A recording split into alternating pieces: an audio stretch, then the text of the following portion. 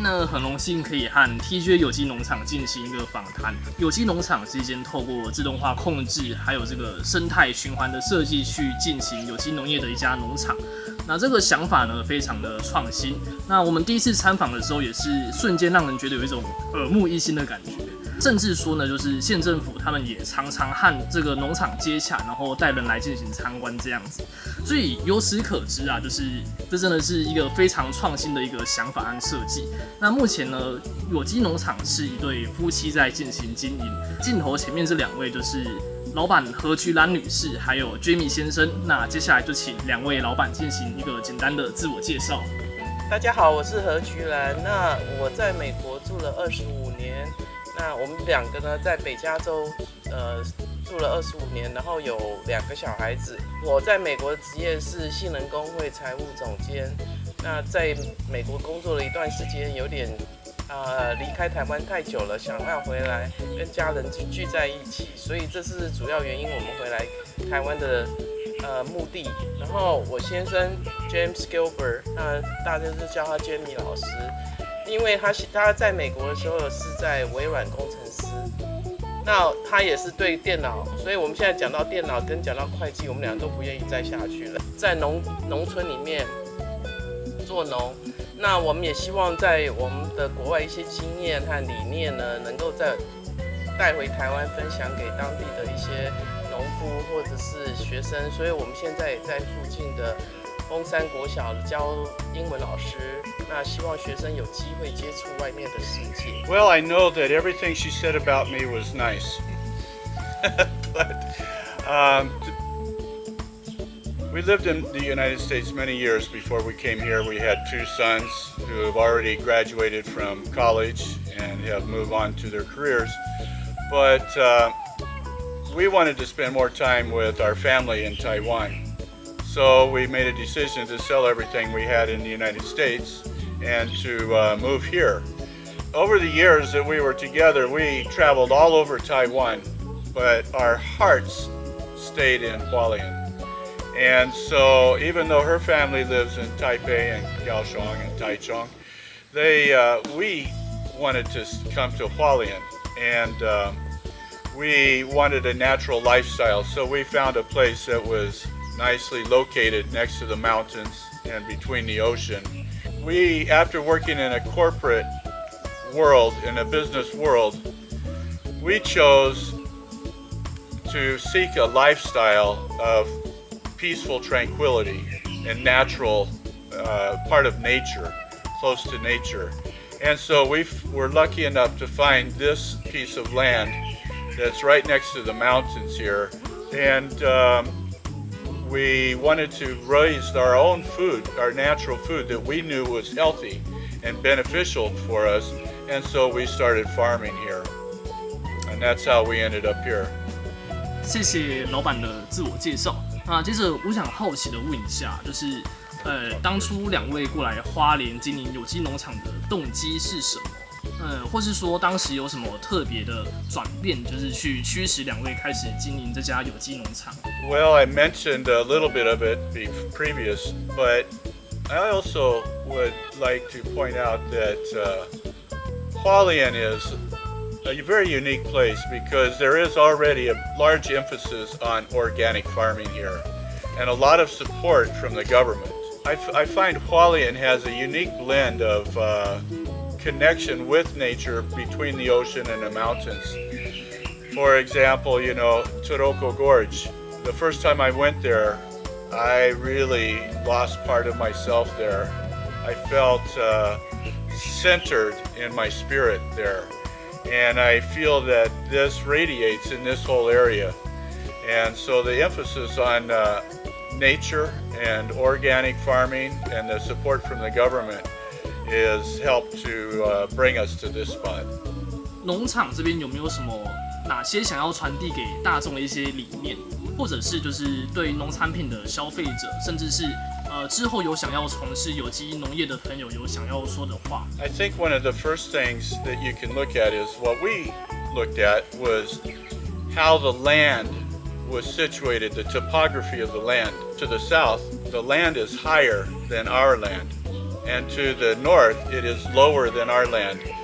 So knowing that Taiwan has large typhoons and heavy rains, we wanted to make sure that we wouldn't live in flooded land and the water would flow through.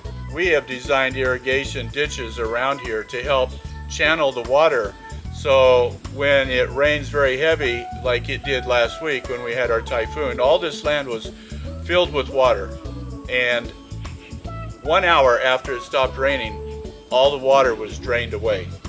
So it leaves very quickly, and that's by design. Another one of the things that we emphasize is recycling. We do recycle all plastic out of here, and but we also recycle wood products. We get tea leaves from the tea shops. We have a wood carver that we go clean his shop, and all the wood chips, the tea leaves, we use to compost in our farm.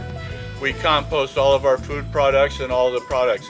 When the trees need to be trimmed or the typhoon blows the trees down, we chop that up and it goes back into the soil.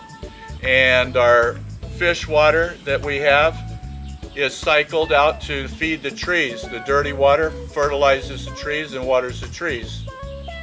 Our chickens, they eat the bugs, they cut the grass, they turn the soil, they fertilize the soil, and they leave eggs behind. So they are basically our workers. So we've tried to use everything to recycle and work in a cycle of nature. And then I think one of the key features that we are trying to share with people is what we've discovered in being able to automate many of the things that we do. We have automation on our water irrigation system. Our water irrigation we can control by our phone remotely. It's connected by Wi-Fi. So whether we're in United States or Japan or Taipei or even in downtown Hualien, we can control the water, stop and control all the water here. And our doors on our chicken houses are automatically controlled. When the sun comes up, the door automatically opens. When the sun goes down, they automatically close. The water for our chickens is automated also, so that when the water goes down, it will put water into the water trough. Whenever it comes up, it automatically shuts off. So we don't have to carry water out there. So this saves labor, but we're also interested in saving money. So we find inexpensive resources to use, and hopefully it can help other small farmers too. 我再补充几点，就是对于农夫方面呢，不管是新农或是老农，因为老农还是在不断的使用那个水沟的水，然后来灌溉。那这样子做法是很难做到有机的办法，所以我们建议老农跟新农呢，尽量在从事农作的时候呢，可以跟一些政府机关接触，或跟一些其他小农接触。那像我们刚来的时候，我们也不太懂，那我们都跟花莲县政府合作，跟农会，然后跟花莲农改场去农改场上课去学习，然后还去水利局。他们不只是帮你教育你的东西，也可以帮你检验你的土壤，都是免费的。那这些东西呢，如果你不跟他们接触，你就完全不知道。那对消费者来讲呢，我是建议大家尽量吃有机产品，并不是因为我做有机就希望大家吃我的产品。其实有机的产品是因为它没有放很多农药，也没有化学的肥料，所以呢，完全是很健康的东西成长出来的。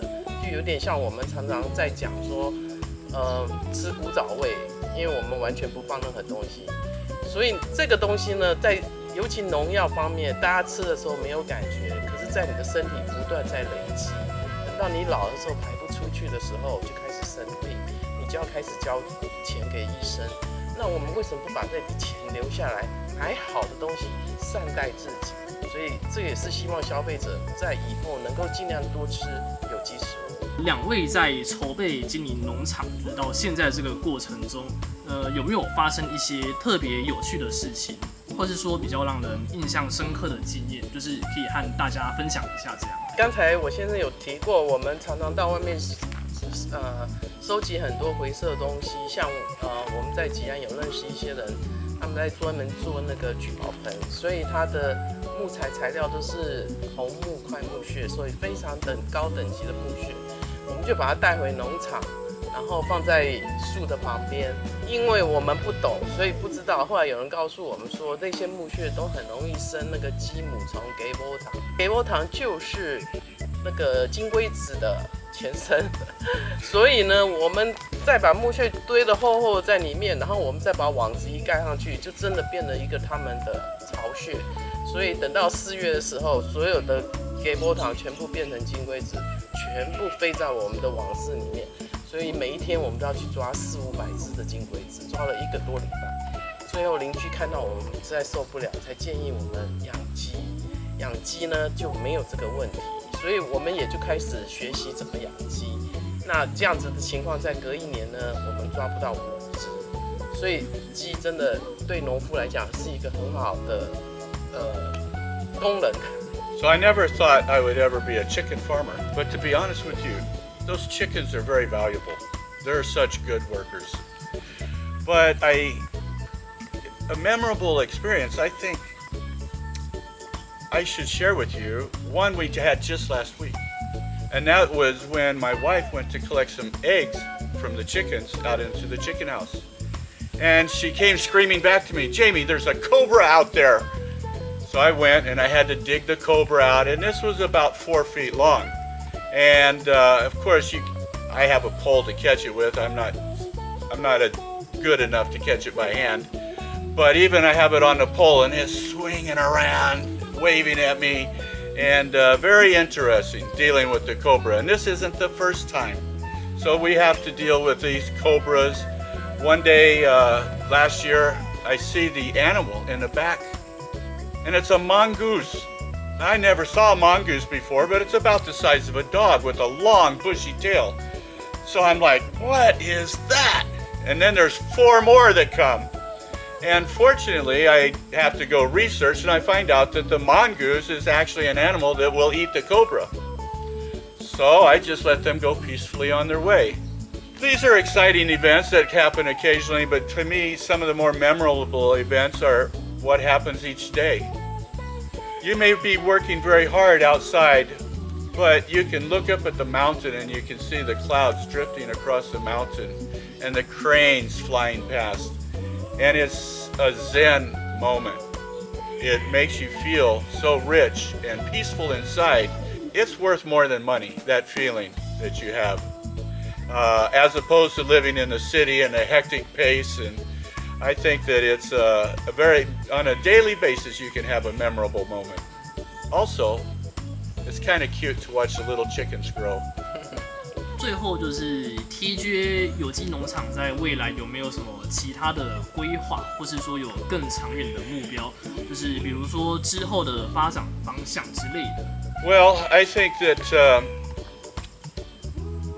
farming is a lot like on a daily, gradual basis. You do a lot of experimentation. I mean, you plant the seeds, you help the plant to grow, you hope that you will get a harvest, but so many things involved that it doesn't always work out, so you have to be ready to change.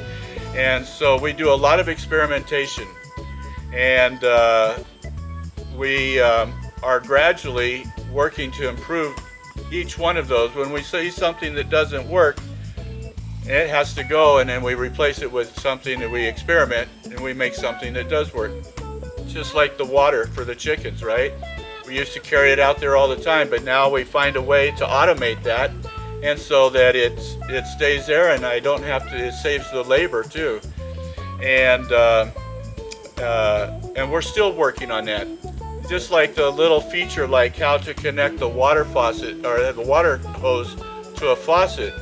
We changed this adapter. It's something very cheap, but we had to buy from the United States. We now started to introduce those to Taiwan, and even the hardware store is starting to sell them here. But they screw on. The traditional way is just to put a hose clamp on there, and it doesn't hold very good. We always have a problem keeping the hose on there. But with these adapters, they never come off. And so these are little things that we try to discover on a daily basis. And beyond that, we hope to continue working with the government here and to help introduce organic farming to all of our neighbors and the other young farmers, and to help them learn about automation and how to integrate organic cycle of life and into their farming techniques. 其实我要加强的就是说，因为一般现在的农夫大部分年纪都比较大，像我们也是进入了快要到老农的阶段，所以对于未来呢，我们真的也不再可能说再扩大园区啊，再多种一些，我们能力也是没办法。但是呢，我们希望呢，在我们农区做的这些实验，比方说这个喷水系统用自动化，用手机控制它，那还有机疗自动化，还有我们的鱼树共生这些道理、这些观念，我们希望呢，在我们在花莲的这段时间，能够尽量帮助一些小农。那也花莲县政府也不断的在鼓励我们，尽量把我们的这些事情分享出去。我们也在分享这些点子。那如果有更新的点子，我们也很希望分享给更多的农夫，让他们的工作就不要这么辛苦，工作聪明一点，不要这么辛苦的工作，这是我们的目标。今天就是非常感谢 TJ 有机农场接受我们的访谈，也欢迎大家就是来到花莲玩的同时，也可以来参观一下农场。那么最后就和大家工商一下，就是大概9月中旬的时候呢，我们会和 TJ 有机农场还有这个隧道自然醒农场一起举办一场体验活动。那详细的内容呢，就是还请大家再多注意一下粉专，那随时会有最新的资讯。那我们就下次见，拜拜。